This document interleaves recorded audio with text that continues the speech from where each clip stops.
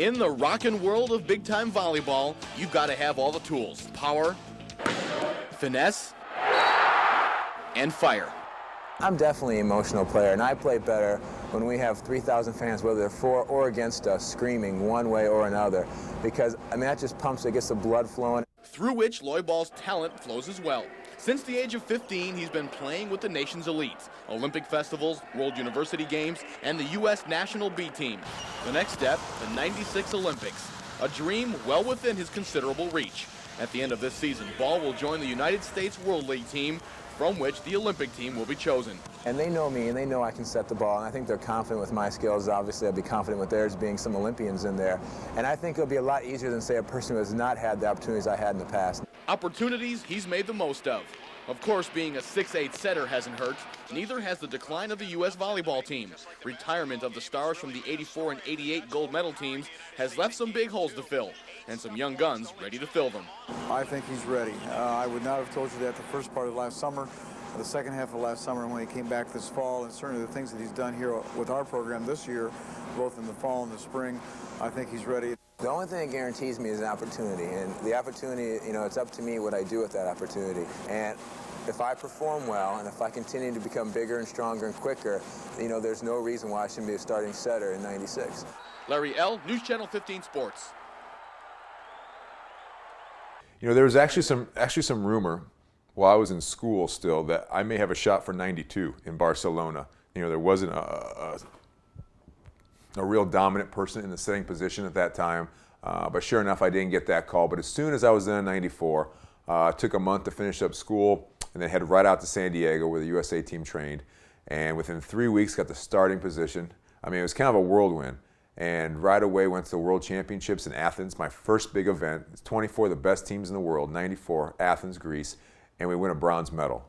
So I'm thinking, man, this is awesome. I mean, my first tournament, we get a medal, nothing but up. And I'm thinking, wow, in '96, we'll roll it up to a gold and life will be great.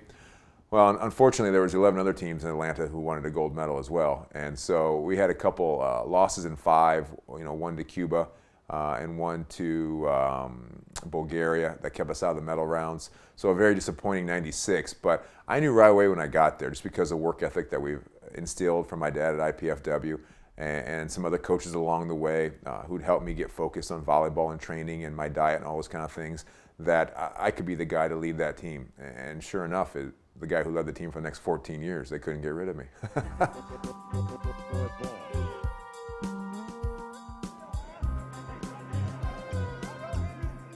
Yeah, I always tell people '96 has the best Olympic memory of my career. And people say, well, wasn't it winning the gold medal? I say, well, that was a close second to this one. My first Olympics, I'm 24 years old.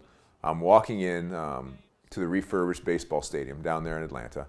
And I'm right in front of the dream team, you know, right behind me, Shaquille O'Neal, Scottie Pippen, you know, legends of the game. You know, Janet Evans, the legendary swimmer, is just up ahead of me. And so sure enough, we walk in there, and all of a sudden, all you can hear is this deafening sound and flashes everywhere. And there's 110,000 people that I swear were clapping just for me. I mean, that's what it felt like. I mean, I get goosebumps now still talking about it. You know, just a guy from Woodburn, a little over 2,000 people, you know, a guy who's played in some matches up to that point, but never been in a situation where there's over 100,000 people.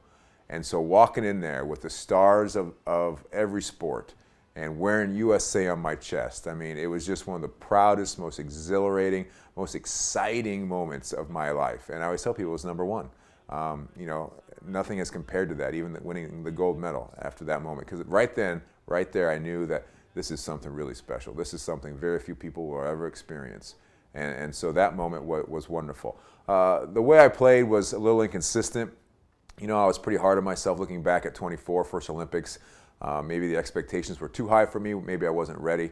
I didn't play bad, but I didn't play great. And sure enough, the team faltered a little bit. But it was probably a great learning experience, and it definitely prepared me for playing professionally in the Olympics to come. Serve for the United States, playing with a very sore left calf, an injury that was plaguing him coming into this tournament, and then left him a little bit against Venezuela. I know you had a chance to speak with Lloyd before the match here tonight. Give us an update on his condition.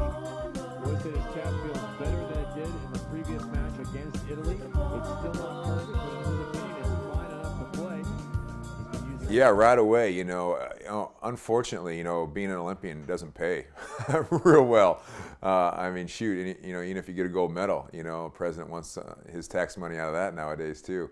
So, you do it for the love of the game. You do it for your country. They pay, they pay for your stay and to train. But if you think you're getting rich being an Olympian, unless you're a guy like Michael Phelps or one of the sprinters, it's not going to happen. So we have to go play professional ball, and there's no professional league here in America. South America, yes. Asia, yes. Europe, yes. America, no. And so I had a contract to go play in Japan, of all places, right after '96, 3-year deal, and it was the best thing for me.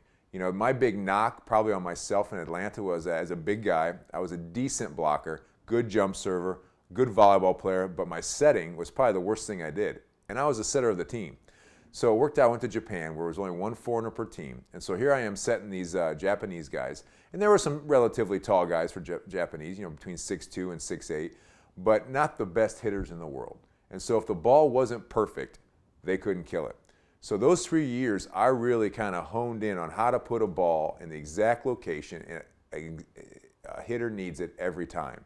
And those 3 years really developed my setting skills throughout my career. And so my wife and I, we were there 3 years. It was awesome. We lived in a city called Mishima. It was about an hour by super train from Tokyo. And we had a little apartment by all the other guys, and we'd go and eat breakfast, lunch, and dinner with them. I mean, we'd have some dried fish in the morning, some rice. Finally, we talked to them and let us have some cornflakes, thank goodness. But it was awesome. The food was awesome. The people were awesome. The training was unbelievable. I remember my first week of training there, we went to a camp up in the mountains. So we take this bus about 7 hours away. We train all in the morning, 3 hours. We train in the afternoon from about 2 to 6, and I am beat. And sure enough, I get to walk out to the bus, and the bus isn't there. And I say, Takahashi-san, that was one of our guys. I say, hey, where's the bus? He's like, no bus, Lloy. Gives me a weight jacket. And I'm like, what am I going to do with this? He's like, put it on, we have to run home. We were staying 3 hours away uphill. As soon as I got back there, of course, I was the last one to show up. I was exhausted. I go to my wife and say, we're getting the heck out of here. And she's like, relax, relax. But eventually, the training was intense. They're very old school, my club there. I weigh 235 pounds. That's my normal weight. When I was in Japan, I weighed 209 pounds. And I was eating all the fish and rice that you can muster. But we trained real hard, but it also kind of got me focused as a setter, as a player. And it was a good first professional experience.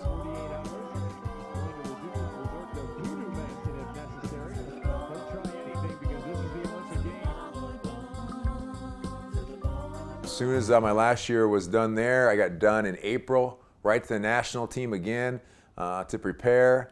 We had qualified for the Sydney Games.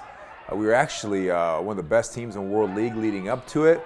And then just kind of unfortunate circumstances. I tore my meniscus. One of our best hitters, Mike Lambert, tore his rotator cuff.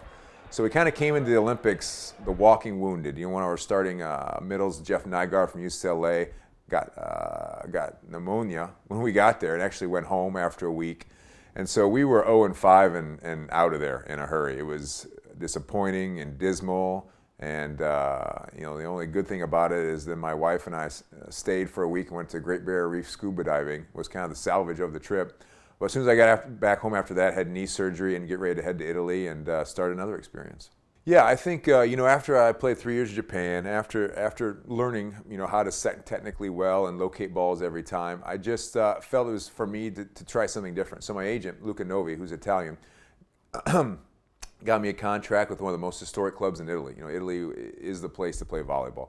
A city called Modena. They'd won 11 championships there, and so I had a 4-year deal there. And this was the next phase of my development. I've learned how to set the ball in Japan. Now I needed to learn, how to win. And I was going to play with some of the great names of the game. Unfortunately, most people won't know the names, but guys like Cantagalli, Johnny Gardini, guys who had won back-to-back world championships. Never been duplicated. They were the phenomenal team of the 90s, Italy. And so I got to play with these guys. I learned how to win. I learned how to strategize. I learned how, in important moments, to relax and focus. And I won my first European title with them. And after that experience, my career changed. During that 4-year period of time, my son was born.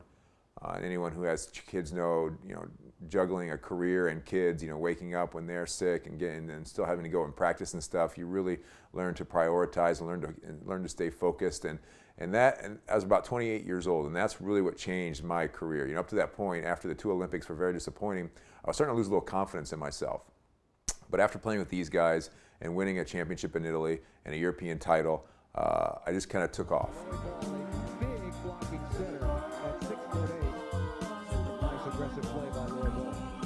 Best 3 out of 5 sets right now. Brazil leads 2-0. Lloy Ball, the captain.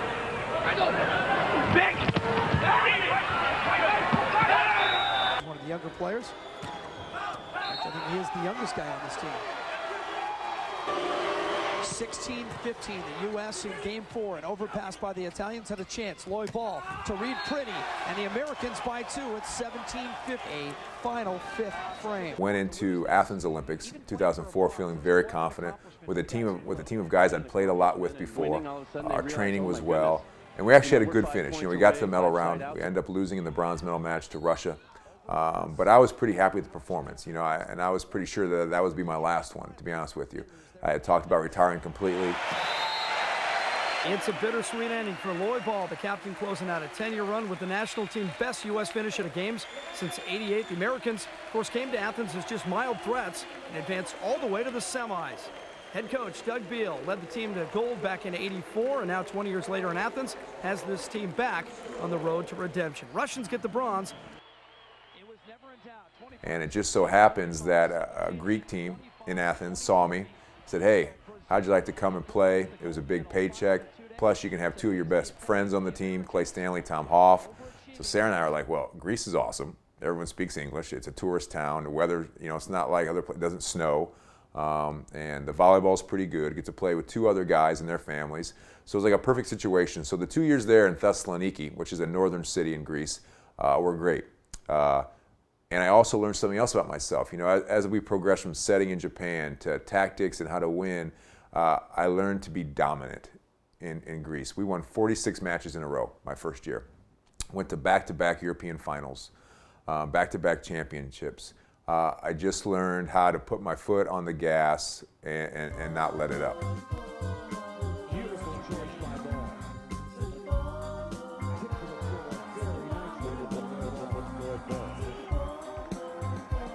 14 years. I joined the national team in 1994. Have been the starting setter ever since. And I can honestly tell you there must have been at least 14 times where I wanted to quit. Because it's hard. People only see the award ceremony. They only see Michael Phelps as he's touching the wall, celebrating that win. Here's what you don't see. You don't see month after month away from your wife, your girlfriend, your boyfriend, your kids. You don't see 6, 7, 8 hours every day in the gym because someone younger and stronger is giving 6, 7, 8 hours in the gym. And if you don't put it in, you get knocked out. And so after Greece and after winning there a couple titles, we went in and Coach Hugh McCutcheon called me about Beijing. I'm playing great. I'm in Russia as well, playing a little pro ball. And so, Beijing was kind of a perfect storm. We were the oldest team. It was kind of now or never. It's like a dream looking back at it now, but that's what I wanted to do, and I'm still searching for that. Obviously, the 3 Olympics prior to this have been disappointing, even though the last one, we had a chance to medal. But everyone comes to the Olympics for a medal, not for 4th or not for 12th or anything in between. And that's kind of what's driven me. Luckily, volleyball now has given all these players some financial stability playing overseas.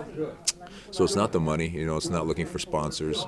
This team and myself especially is just looking for that satisfaction of being able to hear our national anthem, with that gold medal around our neck. I just feel if I could walk by that every day in my house in Fort Wayne, it would be like heaven on earth.